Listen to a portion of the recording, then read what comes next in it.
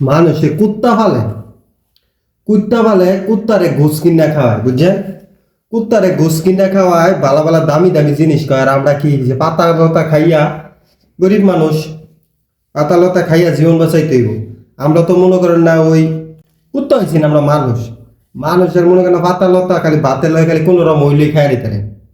মানুষটা অত ভালোবাসে না একটা কুকুরের মানুষ যতটা ভালোবাসে, বুঝতে পারছেন। আমরা প্রবাসীরা এমন একটা জায়গার মধ্যে আছি, কি করবো ভাই। এই যে কাজের আইসি 1 ঘন্টা লাঞ্চের টাইম, আপনার 1 ঘন্টা লাঞ্চের টাইমে যদি আমি ফাঁক করতাম যাই, তাহলে মনে করেন না লাঞ্চের টাইম যাবো আর খাইতে পারতাম না। কি করাম ভাই, এই জন্য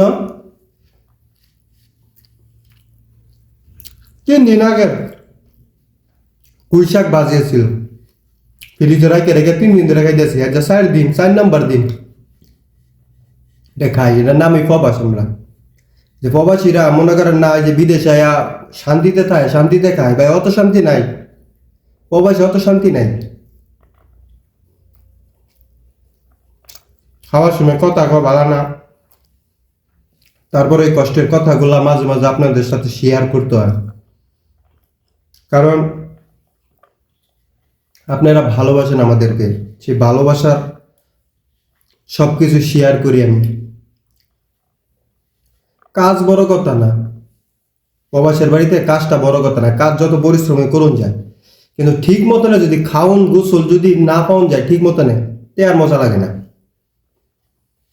রাত্রে আইসি 11 বাজে, 11 বাজে আগে কোনো রকম খাইয়া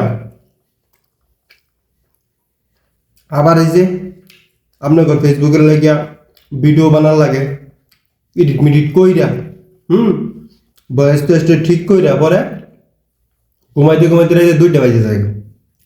মানে যদি ভিডিও যদি না জানি তো ভিউজ আইতো না, আর ভিউজ না আইলে এঙ্গেজমেন্ট আইতো না। যাইব গা লাল বাতি ধরাই দিব ফেসবুক, এর লাগে মনে করেন একটা ভিডিও বানার লাগে। না বানায় তোর বার পারি না, কারণ ফেসবুকে কাজ করে তারা, তারা বুঝে লাঞ্চের টাইম খালি কোন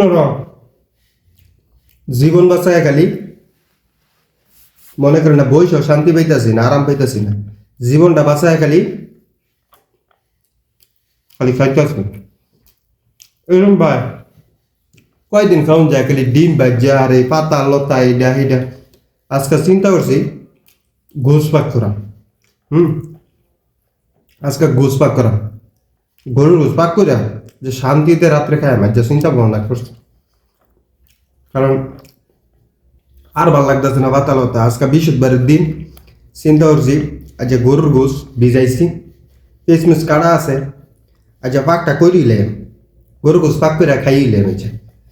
ফুলা পাক করা গরুর ঘুষ পাক করে ফুলা দা একটা খাওয়া যাবে দিয়া মাছকা। যে পাতা লতা খাইতেছি দুপুরে একটু কষ্টই করি না, দুপুরে একটু কষ্টই করি, আর রাত্রে যায় সে খাওয়াইব ভাই, বুঝছেন। সে একটা খাওয়া দিয়াম জালে বাসায় এক ঘুষটা ভিজে আসছিল ফ্রিজের মাঝে বরাবর ঘুষ ভাই।